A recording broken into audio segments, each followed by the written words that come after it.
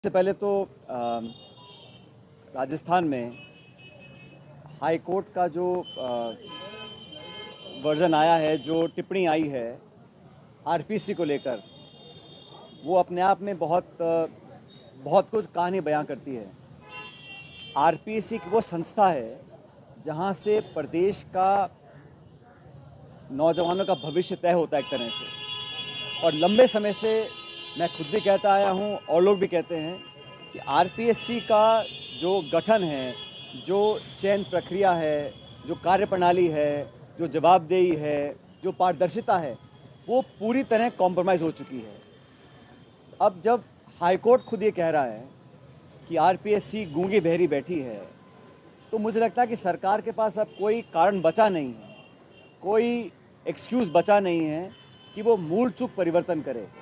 मैं पहले भी कह चुका था कि नौजवानों का भरोसा अगर आरपीएससी के काम करने के तरीके से उठ जाएगा, अगर लोगों का विश्वास ख़त्म हो जाएगा, चाहे वो चयन प्रक्रिया है, चाहे वो इंटरव्यूज़ हैं, चाहे वो एग्ज़ाम्स कंडक्ट करने का जो प्रोसेस है, अगर वो सब पे नौजवान लोग विश्वास करना बंद कर देंगे, तो हमारे देश और प्रदेश के लिए बहुत दुर्भाग्यपूर्ण घटना होगी।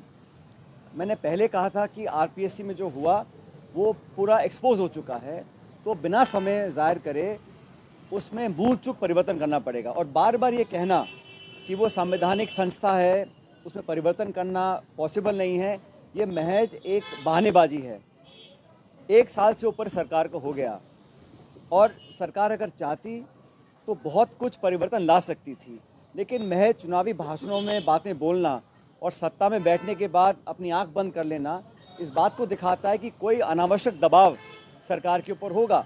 क्योंकि पुनर्गठन करने में, उसको रीऑर्गेनाइज करने में, उसमें कुछ चेंजेस लाने में या उनके वर्किंग को बदलने में सरकार बिना समय खोए काम कर सकती थी, लेकिन जानबूझ के इसको लटकाया गया। अब जब हाईकोर्ट ये बोल रहा है तो सरकार को मुझे लगता है बिना समय ज़ाहिर करे इमीडिएटली इसमें मूल चूक परिवर्तन करना पड़ेगा और करना चाहिए। सब चीज़ों में जो मेंबर सिलेक्ट होते हैं, कौन करता है, कैसे करता है, कोई मापदंड हो, कोई क्राइटेरिया हो। सिर्फ लोगों को संतुष्ट करने के लिए वर्ग, जाति, समाज और प्रांत के अलग अलग लोगों को ऑब्लाइज करने के लिए हम नियुक्तियां करेंगे तो वो गुणवत्ता में बहुत कॉम्प्रोमाइज़ हम लोग करते हैं।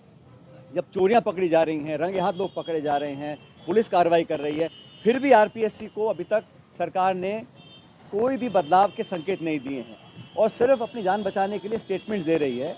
और कल का जो स्टेटमेंट हाईकोर्ट का आया है, उसके बाद तो मैं समझता हूँ कोई कारण नहीं रहा कि सरकार इस पर कार्रवाई ना करे। सरकार को करना चाहिए और ये बताना चाहिए कि 14-12 महीने सरकार ने ऐसा क्यों नहीं किया।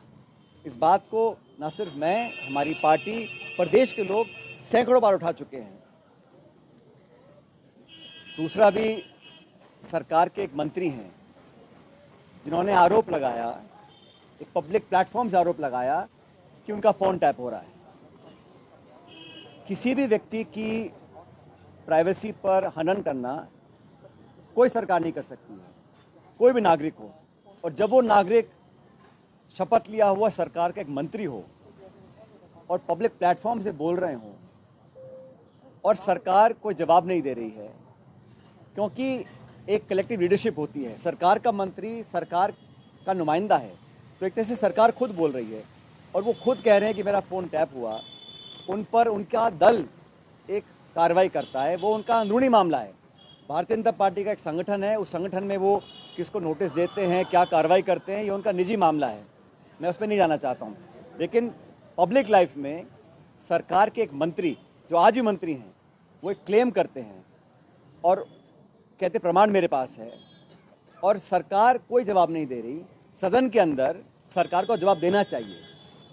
पूरा प्रदेश और पूरा देश जानना चाहता है कि एक जिम्मेदार व्यक्ति जो आपकी सरकार के मंत्री हैं, वो ये आरोप लगा रहे हैं कि उनके साथ उनका फ़ोन टैप हो रहा है और सरकार के पास जवाब कोई नहीं है। सिर्फ उनका संगठन कार्रवाई करके जवाब पूछ रहा है कि आपने ऐसा क्यों बोला गया। कोई आम नागरिक बोलता, कोई उनके दल का कार्यकर्ता बोलता, मैं समझ सकता हूँ, लेकिन सरकार का एक मंत्री, और ये मजाक बना रखा है। वो इस्तीफा दिए बैठे हैं, उनका इस्तीफा एक्सेप्ट नहीं हो रहा, वो कुछ स्टेटमेंट देते हैं, मंत्री होने के नाते कहते हैं मेरा फ़ोन टैप हो रहा है, तो संगठन कार्रवाई कर रहा है। फिर उनका जवाब, पता नहीं उन्होंने जवाब क्या दिया होगा, लेकिन मैं मानता हूँ ये मजाक बना हुआ है।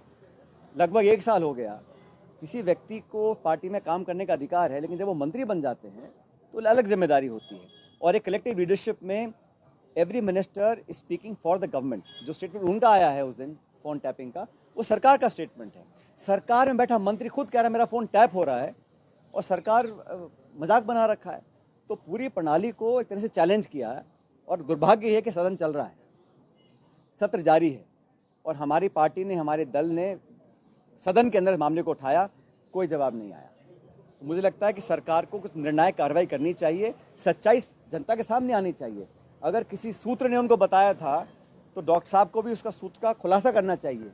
कौन वो लोग थे, कोई अधिकारी थे, कार्यकर्ता थे या कोई पत्र, जो भी था, क्योंकि ये इतना आसान नहीं है। और ये फ़ोन टैपिंग का मामला मैं समझता हूँ बहुत गंभीर मामला है। इस पर सरकार को स्पष्टीकरण देना चाहिए और एक वाइट पेपर जारी करना चाहिए कि हमारे मंत्री ने ये बोला, सही था या गलत था। सिर्फ पार्टी के लेवल पर कार्रवाई करना मैं समझता हूँ पर्याप्त नहीं है।